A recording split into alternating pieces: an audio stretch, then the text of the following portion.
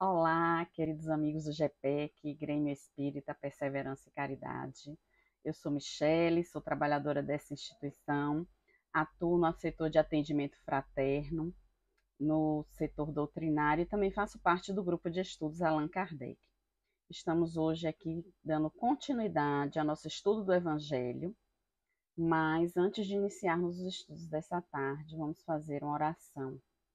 Vamos fechar os olhos, quem assim o desejar, sintonizando alto, Mestre Jesus, os benfeitores espirituais que tão amorosamente coordenam os trabalhos dessa casa no plano maior. Abençoa-nos, Mestre, agora e sempre, que assim seja. Hoje nós vamos dar continuidade ao capítulo 5 do Evangelho segundo o Espiritismo. Bem-aventurados os aflitos. Os itens 14 a 17. O suicídio e a loucura. Antes da gente iniciar o estudo do tema propriamente dito, eu gostaria de lembrar a todos que o nosso atendimento fraterno já está funcionando presencialmente em vários dias da semana. Então, caso você se sinta angustiado, precise conversar, precise trocar uma ideia com alguém, saiba que esse atendimento ele é feito de forma discreta, de forma sigilosa, com bastante privacidade. Então, procure que não seja a nossa casa, mas a sua casa espírita ou outra casa espírita mais perto. Se você não estiver com ânimo, disposto a ir até a casa espírita, lembre-se que existe o CVV, que é o Centro de Valorização da Vida, o número 188, que essa chamada é gratuita e você pode fazer ela a qualquer horário do dia ou da noite. São voluntários, cujo objetivo é uma escuta não diretiva, não tem nenhuma finalidade ideológica, e você pode ligar a qualquer momento. Então, é importante, né, a gente entrando já no nosso tema, o suicídio e a loucura. Loucura, aqui descrito por Kardec, era o termo utilizado na época, no ano de 1864. Hoje a gente tem, pelo DSM, mais de 300 distúrbios psicológicos, né? Transtornos mentais, que é como nós chamamos hoje em dia. Os estudos mais recentes, né, mostram que existe mais de 90% de associação entre o suicídio e os transtornos mentais, né, principalmente os transtornos do humor, a depressão e o alcoolismo. O alcoolista ele tem 4 vezes mais a chance de cometer suicídio. Esse é um tema muito importante, meus irmãos, hoje em dia, porque sabemos que a cada 40 segundos uma pessoa se suicida no mundo. E a cada 20 segundos uma pessoa tenta se suicidar. E esses índices eles vêm aumentando. Nas últimas 2 décadas, existem estudos no Brasil que já mostraram um aumento de 40% dos índices de suicídio. Especificamente quando a gente analisa a população de jovens entre 15 e 29 anos, esses índices dobram para 80% no aumento nessa população, que só perde como causa mortes para os acidentes de carro. Já ultrapassaram inclusive os homicídios e os conflitos armados, ou seja, é mais fácil você perder um filho dentro do seu próprio quarto do que se ele for lutar numa guerra na Ucrânia. André Trigueiro, ele nos traz aqui, eu trouxe um trechinho do seu livro, ele é um jornalista e palestrante espírita que tem como causas principais o combate ao suicídio e à ecologia. No seu livro Viver é a Melhor Opção, é um livro muito interessante para quem se interessar sobre o tema, uma leitura muito fácil. Ele nos diz, para a gente pensar um pouquinho, o que leva uma pessoa a cometer suicídio? Principalmente a dor de viver. Ela não suporta a angústia de viver com essa dor. No fundo, as pessoas não querem se matar, elas querem evitar a dor. O que move as pessoas nessa direção não é a morte, mas a própria vida. Não suportar viver com sofrimento e com dor. Iniciando propriamente nosso tema, nosso estudo de hoje, Kardec, né, como sempre, atual e cirúrgico, ele abre esse item com a solução para o problema do suicídio e da loucura. E ele nos traz aqui, no item 14, a calma e a resignação, auridas da maneira de considerar a vida terrestre e da fé no futuro, dão ao espírito uma serenidade que é o melhor preservativo contra a loucura e o suicídio. Ou seja, ele nos propõe uma tríade, a calma, a resignação e a fé. O primeiro componente dessa tríade é a calma, né? Qual o significado de calma? Brandura, equilíbrio, serenidade. Né? O seu oposto seria ansiedade, a pressa, a obsessão. E eu trago aqui a definição de Joana, né? Que nos diz que a calma é filha dileta da confiança em Deus e na sua justiça, a expressar-se numa conduta reta que responde por uma atitude mental harmonizada.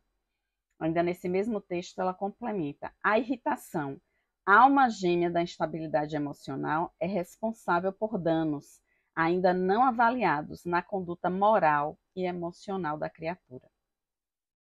E Kardec segue, né, a segundo item dessa tríade, a resignação. O que é resignação? É a ação de aceitar pacificamente as dores ou sofrimentos da vida. Né? Joana ainda nos traz que a resignação, como consequência natural do conhecimento das leis de causa e efeito, ser-te-á o lenitivo, ou seja, o que alivia, o que acalma, e o amparo para o prosseguimento do ministério abraçado, em busca da libertação que almejas. Não te revoltes, portanto, se as coisas não te saírem conforme o teu desejo. A realidade é consoante, como deve ser, e não conforme a cada qual apraz, ou seja, conforme desejamos. Convidado ao revide, empurrado ao desespero, silencia e ama. Essa é a receita de Joana. Obedecendo às determinações da vida e resignando-te face às suas injunções, ou seja, às suas leis. Né? Por último, mas não menos importante, Kardec nos traz a fé. Né? A fé, em outras traduções, a confiança no futuro, né? A certeza de que nós temos essa existência, que é um dia na eternidade da vida do espírito, tornando mais fácil, assim, a gente suportar as dificuldades da vida. A importância que a gente dá aos bens terrenos, ela é inversa à nossa fé na vida futura e no entendimento de que todas as nossas existências são solidárias. Continuando o item 14, Kardec diz: com efeito, é certo que a maioria dos casos de loucura se deve à comoção produzida pelas vicissitudes que o homem não tem coragem de suportar, né? Porque diante dessas vicissitudes é que a gente consegue exercitar a musculatura da nossa coragem moral, que são os percalços, né, da vida. Ela nos exercita, a gente consegue fazer esse exercício. A questão do Livro dos Espíritos que eu trago aqui, que tem muito a ver com o que a gente está falando, né? Na questão 943, Kardec nos pergunta aos espíritos: de onde vem o desgosto pela vida que se apodera de certos indivíduos sem motivo que o justifiquem? Efeito da ociosidade, da falta de fé e muitas vezes da saciedade. Para aquele que exerce suas faculdades com fim útil e de acordo com as suas aptidões naturais, o trabalho nada tem de árido e a vida se escoa com mais rapidez. Suporta as suas vicissitudes com tanto mais paciência e resignação, quanto mais age, tendo em vista a felicidade mais sólida e mais durável do que espera. Então, sigamos aí no item 15, ele inicia falando do suicídio, mas ele especifica que o mesmo ocorre com o suicídio, postos de lado os que se dão em estado de embriaguez e de loucura, aos quais se pode chamar de inconscientes. Então, ele fala nesse texto, ele foca no suicídio consciente, ele deixa um pouco de lado, nesse momento, o suicídio inconsciente. Né? Então, falando do suicídio consciente, ele coloca, né, que é incontestável que ele sempre tem por causa um descontentamento, quaisquer que sejam os motivos particulares que se lhe apontem. Ora, aquele que está certo de que só é desventurado por um dia e que melhores serão os dias que hão de vir, enche-se facilmente de paciência, como quando a gente tem o conhecimento da doutrina. Só se desespera quando nenhum termo divisa para os seus sofrimentos, ou seja, quando a gente acha que não tem mais solução. E que é a vida humana em relação à eternidade, senão bem menos que um dia? Né? Kardec ele ressalta, né, mais uma vez, que quando a gente tem a certeza de que estamos numa fase que essa existência ela é passageira, a gente se fortalece. E se fortalecendo, a gente ganha coragem moral, a gente ganha robustez para essa musculatura para enfrentar essas dificuldades, que para quem não tem essa visão, para quem acha que isso aqui é tudo, né, a solução mais fácil muitas vezes recai sobre o autoextermínio. No item 16, Kardec corrobora a incredulidade, a simples dúvida sobre o futuro, as ideias materialistas, numa palavra, são os maiores incitantes ao suicídio, ocasionam a covardia moral. Na questão 944 do Livro dos Espíritos, Kardec pergunta: o homem tem o direito de dispor de sua própria vida? Ao que os espíritos respondem: não, somente Deus tem esse direito. O suicídio voluntário é uma transgressão da lei divina. Continuando no item 16, Kardec coloca: com o espiritismo tornado impossível a dúvida, muda o aspecto da vida. O crente, ou seja, nós espíritas, sabemos que a existência se prolonga indefinidamente, para lá do túmulo, mas em condições muito diversas, onde a paciência e a resignação que o afastam muito naturalmente de pensar em suicídio, donde, em suma, a coragem moral, que isso só com o conhecimento a gente pode adquirir, né? Como diz Divaldo, o suicídio é aquela porta que não dá em lugar algum, né? Temos que ter sempre isso em mente, quando situações limites nos atingem. E Kardec continua no item 17, ao dizer que o Espiritismo apresenta-nos os próprios suicidas a informar-nos da situação desgraçada em que se encontram e a provar que ninguém viola impunemente a lei de Deus, que proíbe ao homem encurtar sua vida. Aqui, desgraça com significado de falta de graça, né? Porque quem vai contra as leis de Deus jamais pode estar na graça. Continuando no item 17, o espírita tem assim vários motivos para contrapor a ideia do suicídio. A certeza da vida futura. E quem sabe ele será mais ditoso quanto mais inditoso e resignado haja sido na terra. A certeza de que, abreviando seus dias, chega precisamente ao resultado oposto ao que esperava, podendo daí concluir-se que quando todos os homens forem espíritas, deixará de haver suicídios conscientes. Lembrando mais uma vez, né, que Kardec ele fala especificamente aqui do suicídio consciente. Tenhamos o bom senso de não generalizar, né, o mesmo destino para todos os suicidas, principalmente quando estivermos acolhendo os parentes de suicidas nas casas espíritas, né, que sejamos fonte de consolo, né, de amparo e não de desespero para essas pessoas, não de terrorismo, né, como muitas vezes vemos por aí. Na questão 957, Kardec ele detalha muito essa questão do tipo, né, de suicídio. Então, quais são, em geral, com relação ao estado do espírito, as consequências do suicídio? As consequências do suicídio são muito diversas, ou seja, a gente não pode generalizar para todos os suicidas. Não apenas fixadas, e em todos os casos são sempre relativas às causas que o produziram. Há, porém, uma consequência a qual o suicida não pode escapar: o desapontamento. É a porta que não dá em lugar nenhum, que Divaldo falou. Né? Ademais, a sorte não é a mesma para todos, depende das circunstâncias. Alguns espiam sua falta imediatamente, outros em nova existência, que será pior do que aquela cujo curso interrompe. Né? A gente jamais tem como saber a real intenção, a real situação, o que aconteceu naquele contexto que levou aquele espírito a cometer o ato do suicídio. Né? Chico falava que a maioria dos suicidas, na verdade, são suicidados.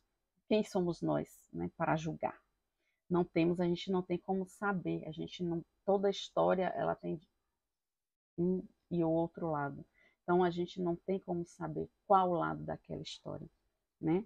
A justiça divina, ela nos prepara para situações que estamos aptos, né, a reagir, mas muitas vezes por fraquezas diversas, por fraquezas nossas, a gente sucumbe, né? Eu posso sucumbir, você pode sucumbir.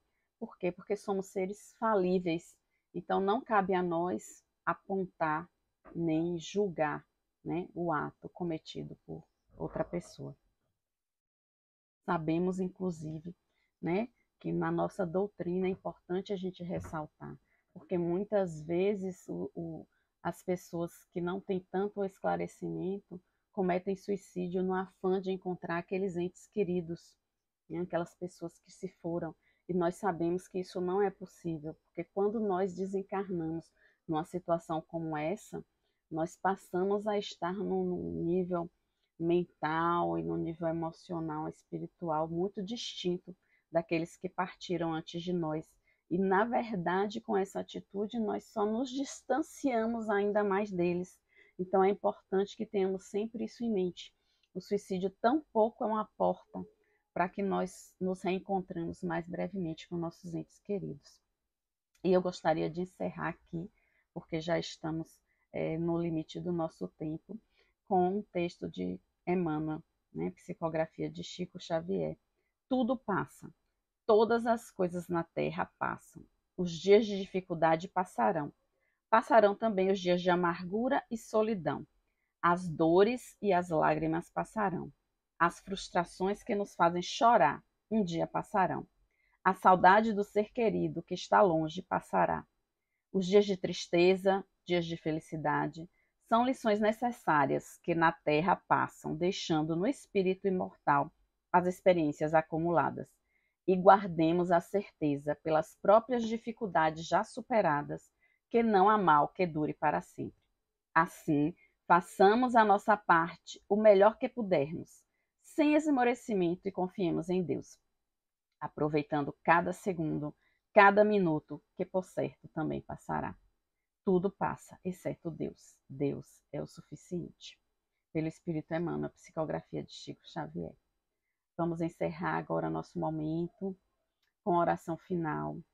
Vamos vibrar por todos os trabalhadores do GEPEC, seus familiares, vibrar pela nossa cidade, vibrar pelo nosso país, vibrar pelo nosso planeta, por todos os necessitados, todos que estão precisando de acalento, de consolo, que possamos ter uma semana produtiva e abençoada no bem, e que possamos frutificar tudo o que aqui escutamos e aprendemos no estudo dessa tarde. Que assim seja. Muita paz.